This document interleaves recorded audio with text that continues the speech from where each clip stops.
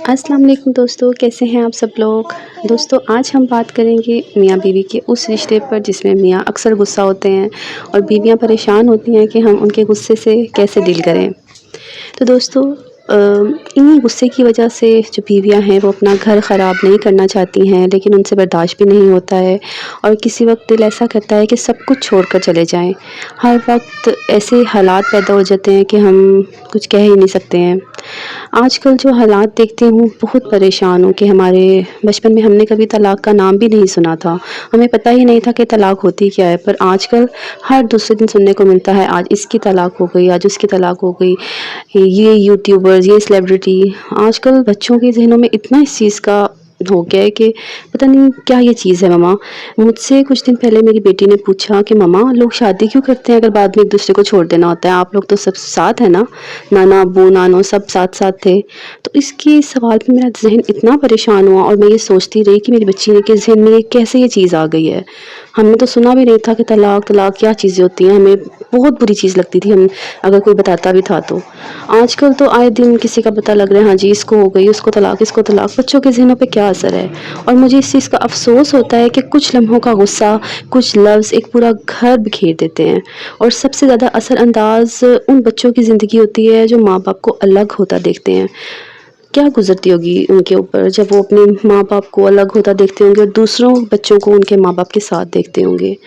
दोस्तों देखें, हम भी इस दौर से गुज़रे हैं, हम कभी भी ये नहीं सोच सकते। हम जब भी दुआ करते थे अल्लाह पाक हमारे मम्मा पापा को ज़िंदगी सेहत तंदुरुस्ती अता फ़रमाए, हम ये चीज़ को माइंड में रखते थे।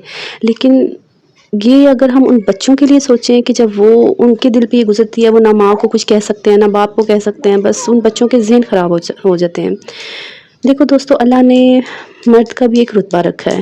ये तो हमें पता है कि मर्द के लिए आप सब लोग जानती हैं कि कितने-कितने अल्लाह पाक ने रखी है कि मेरे बाद जो है एक रिश्ता वो आपके लिए आपके मर्द का है।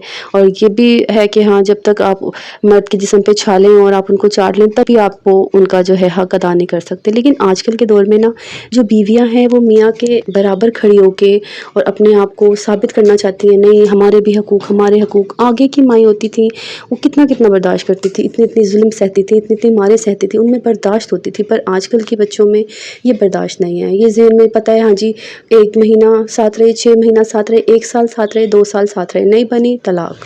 वो जो बच्चा है उसके बारे में नहीं सोचते हैं कि उस बच्चे का क्या कसूर है, उसके बचपन का क्या कसूर है।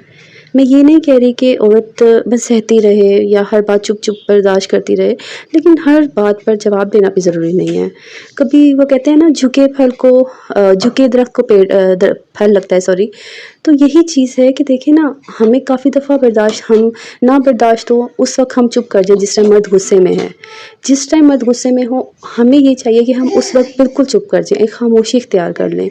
तो जब उसका गुस्सा ठंडा होगा, ज़ाहिर-सी बात है हमें नहीं पता वो बाहर किस मूड से आए हैं, किस तरह किस परेशानी में आए हैं। वो भी हमारे लिए कमाने निकलते हैं, उनको भी इस चीज़ का एहसास है। वो किसी परेशानी में किसी के साथ कोई मसले से घर आए हैं, हमारे साथ उन्होंने कोई बात की और हम लड़ने झगड़ने लग गए और चलो जी बात बढ़ते कहाँ बढ़ गई है। हमें भी ये चाहिए कि हम वो शौहर थके आते हैं, उनके लिए अपने मसाइल होते हैं, हम आते ही एकदम लड़ाई ना उनसे करें। यानी कोई बात पे अगर वो गुस्सा आते साथ हो भी गए हैं तो हम उनको बर्दाश्त करें, चलें ठीक है, कोई ऐसी बात नहीं, कोई ऐसी बात नहीं।